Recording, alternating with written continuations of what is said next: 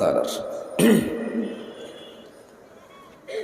যিনি আসমান হতে বৃষ্টি বর্ষণ করে এই জমিনকে উর্বর করে, যা থেকে ধনী দরিদ্র, সুস্থ অসুস্থ, কাফের মুশরিক বেঈমান মুনাফিক মুমিন সবাই আহার বা অন্ন উৎপাদন করে সেটা খেয়ে পরে বেঁচে থাকি। আলহামদুলিল্লাহ।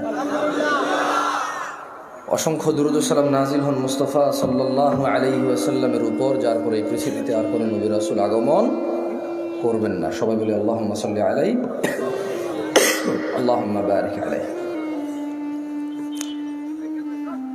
দেখেন, এই ক্যামেরাওয়ালাদের প্রতি আমার খুব মায়া লাগে। কেন মায়া লাগে? এদেশের গায়কের যখন কিছু চুরি হয়, কমাই দিত ওটা। আচ্ছা, কমায় না থাকে, আমি সরে যাচ্ছি। এদেশের কোনো গায়কের যখন কোনো কিছু চুরি হয়, গায়ক ফেসবুকে স্ট্যাটাস দেয়, থানায় গিয়ে মামলা করে, পাড়া প্রতিবেশীর সাথে আফসোস করে। এদেশের সুদখোরের যখন কোনো কিছু চুরি হয়, সে ফেসবুকে স্ট্যাটাস দেয়, পাড়া প্রতিবেশীর সাথে আফসোস হাই হতাশা করে, থানায় গিয়ে মামলা করে।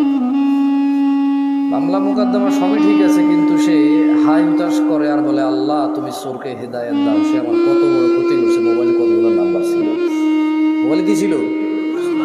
ও কিন্তু সুদ খায়।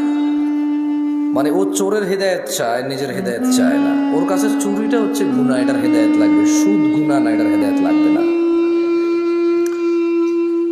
এই হিসেবে সিগারেটখোর মনে করে গাঁজাখোরের চাইতে ভালো, গাঁজাখোর মনে করে মদখোরের চাইতে ভালো, মদখোর মনে করে হিরোইন চাইতে ভালো, হিরোইনখোর মনে করে টিকটিকির লেজ খাওয়ার চাইতে ভালো।